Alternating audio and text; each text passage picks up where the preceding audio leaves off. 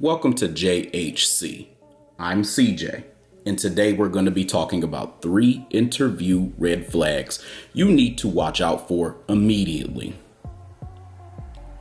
The first red flag is the interviewer shows up late and acts like everything is normal.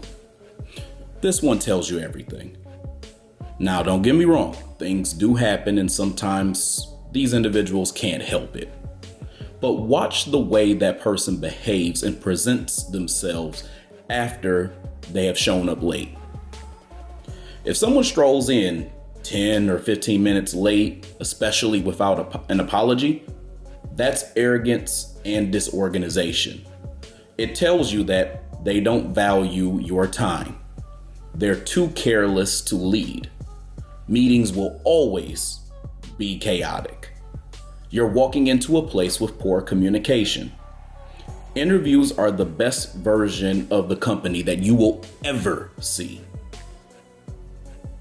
If this is the best version, imagine what month 1 or 2 would be like. And I'll never forget, even from my own experience, I was attending a panel discussion and it was like a mock interview type of thing. And there were a group of us who were attending it. And it was something that my college had sponsored, and we were going to a local company that was in the area. So there's this guy who was a part of this panel discussion / mock interview, and he sits down with the rest of his group. And he's nearly 20 to 30 minutes late into this panel / mock interview session. And so we had already did our thing. We took the tour, and then the other guys who were there, they sat down, they told us about the company.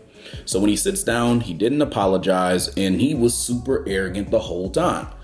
He seemed to even take pride in weeding folks out of the job, because one of the things that he immediately said when people were asking him advice on kind of what makes, a great employee at this company, he immediately said, "Our biggest thing is adapting. If you can't cut it here, then we don't even want you here." So he had that type of tone, and I think that's what he said to a certain extent. And I'm like, dude, you can't even show up on time.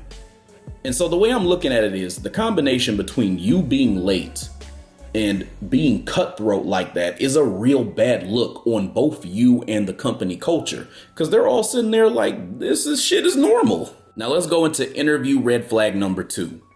They brag about how fast they move, but dodge every question about workload if there are questions about the workload.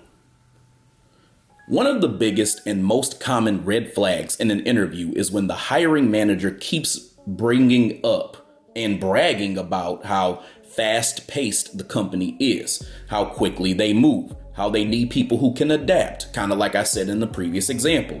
But the moment that you ask even one question about the workload, they swerve harder than a damn politician. This is the interview equivalent of someone smiling in your face while hiding fire behind their back. Here's what it really means. They are understaffed, badly and chronically, to the point where people are doing the job of 2 or 3 workers at once.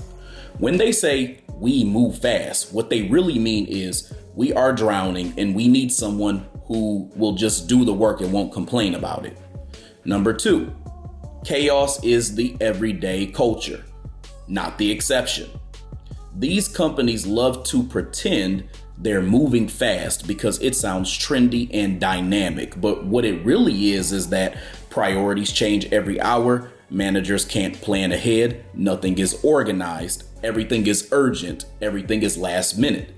If you ask, so what does a typical day look like? They can't answer it because there is no typical day. It's just crisis management with a cute name on it all the damn time. Number 3, they want someone who can absorb burnout without pushback. Notice how they talk. Things move fast around here. We need someone who can handle pressure. We got to be flexible. The translation here is we need someone who will take on 10 tasks at once, smile through it, and not ask for any type of help. And when you follow up with, is the team fully staffed? What's the average workload? What are the main challenges for this role? Watch how the energy changes. Suddenly they're vague. They can't speak to that. Suddenly everything becomes something that just depends on the day. They know the truth would scare you away. And number 4, this is a preview of burnout culture in real time. A healthy workplace is very specific about workload. A toxic workplace uses speed as a disguise. When a company is proud of running people into the ground, they're telling you straight up, without even realizing it, that they're a problematic company. And trust me, if they brag about chaos in the interview, the place is 10 times worse once you get hired. If they can't answer a simple question about workload, you already know your answer. The third red flag is everyone you meet looks exhausted or checked out. And this is one of the biggest signs of a toxic environment, but most people just ignore it. If the receptionist looks stressed, if the team members seem drained, if people are moving fast, speaking fast, or smiling in pain, that's not random. It's just showing you what the culture is like. You're seeing burnout, high turnover, poor leadership skills, and understaffed chaos. Pay attention to the energy in the room, even when you're about to go into the interview. People will tell you everything without even saying a word. You have to remember that when you are at these interviews, they aren't just interviewing you, you are also interviewing them. There's always this obsession with the way you look. Did you have on a conservative suit? Is your hair together? Did you look a man in the eye? Did you have a firm handshake? Did you sit down when you were told? All this nitpicky bullshit. But you have to look at the nonverbals too from their end.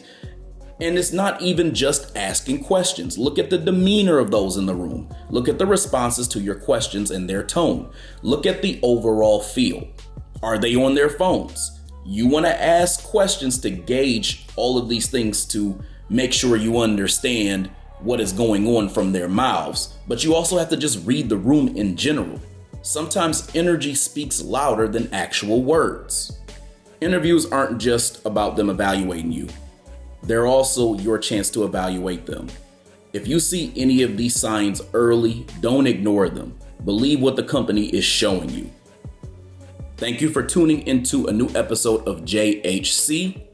This is CJ, and I will talk to you later.